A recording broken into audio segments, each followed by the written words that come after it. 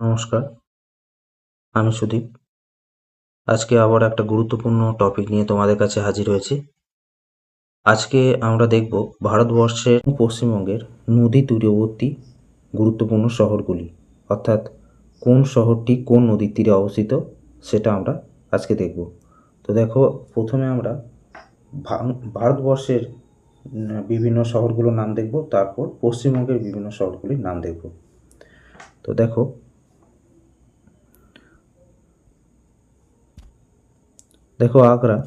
আগ্রা রয়েছে যমুনা নদীর তীরে। তারপর আহমেদাবাদ সবরমতী নদীর উপরে। তারপর এলাহাবাদ রয়েছে গঙ্গা এবং যমুনার যে সঙ্গমস্থল, সেখানে রয়েছে এলাহাবাদ, যেটা এখন প্রয়াগরাজ নামে পরিচিত। তারপর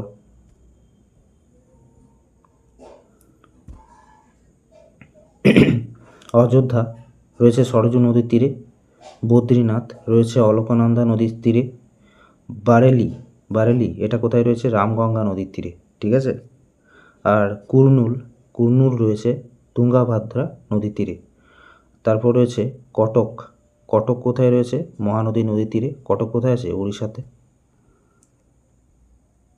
তারপর দিল্লি রয়েছে যমুনা নদীর তীরে। ডিব্রুগড় ব্রহ্মপুত্র নদীর তীরে। ফিরোজপুর শতদ্রু নদীর তীরে। গুয়াহাটি ব্রহ্মপুত্র নদীর তীরে।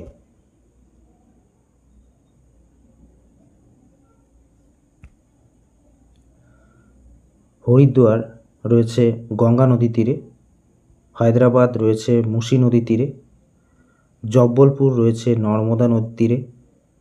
জামশেদপুর রয়েছে সুবর্ণরেখা নদীর তীরে। তারপর জৌনপুর রয়েছে গোমতী নদীর তীরে। কানপুর রয়েছে গঙ্গা নদীর তীরে। কলকাতা রয়েছে হুগলি নদীর তীরে। কোটা রয়েছে চম্বল নদীর তীরে। লখনউ রয়েছে গোমতী নদীর তীরে।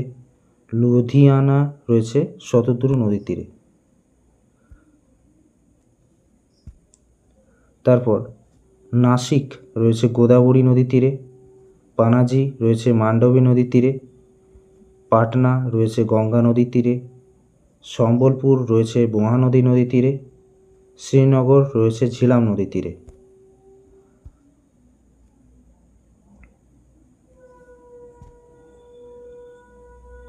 সুরাট রয়েছে তাপ্তি নদীর তীরে। তিরুচিরাপল্লী রয়েছে কাবেরী নদীর তীরে। উজ্জয়িনী রয়েছে শিপ্রা নদীর তীরে, এটা ক্ষিপ্রা হবে না, শিপ্রা নদীর তীরে। বারাণসী রয়েছে গঙ্গা নদীর তীরে। বিজয়ওয়াড়া রয়েছে কৃষ্ণা নদীর তীরে।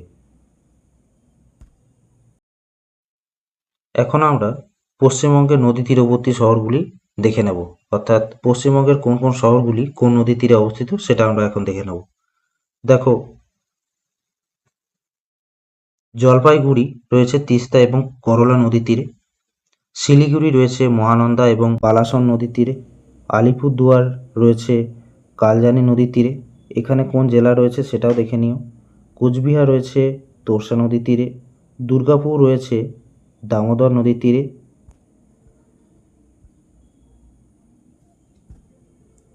কাটোয়া রয়েছে ভাগীরথী এবং অজয়ের যে সঙ্গমস্থল, অর্থাৎ অজয় নদী যেখানে ভাগীরথীর সাথে মিলিত হয়েছে সেখানে। ইলামবাজার রয়েছে অজয় নদীর তীরে। কৃষ্ণনগর রয়েছে জলঙ্গি নদীর তীরে। বোলপুর রয়েছে কোপাই নদীর তীরে। কলকাতা রয়েছে হুগলি নদীর তীরে। হাওড়া রয়েছে হুগলি নদীর তীরে। রানীগঞ্জ রয়েছে দামোদর নদীর তীরে।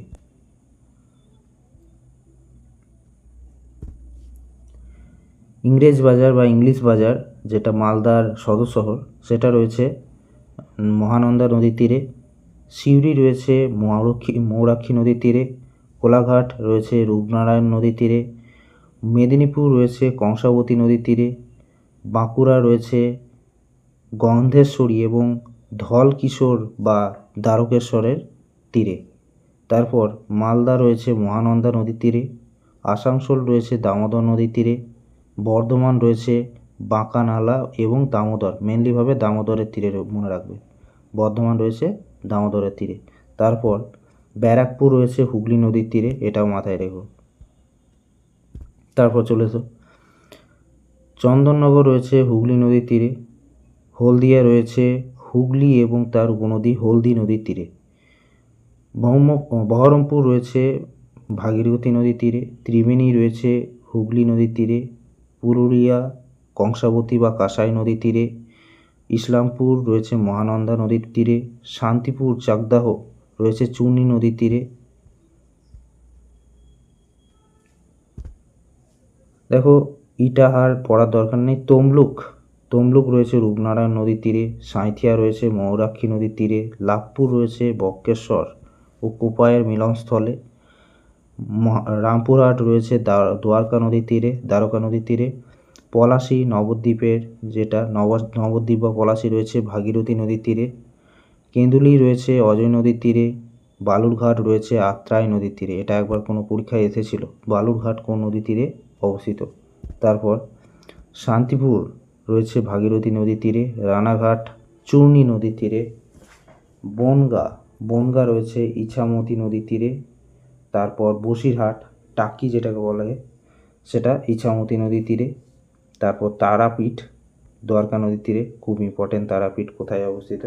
তো এই ছিল আমাদের আজকের টপিকটা।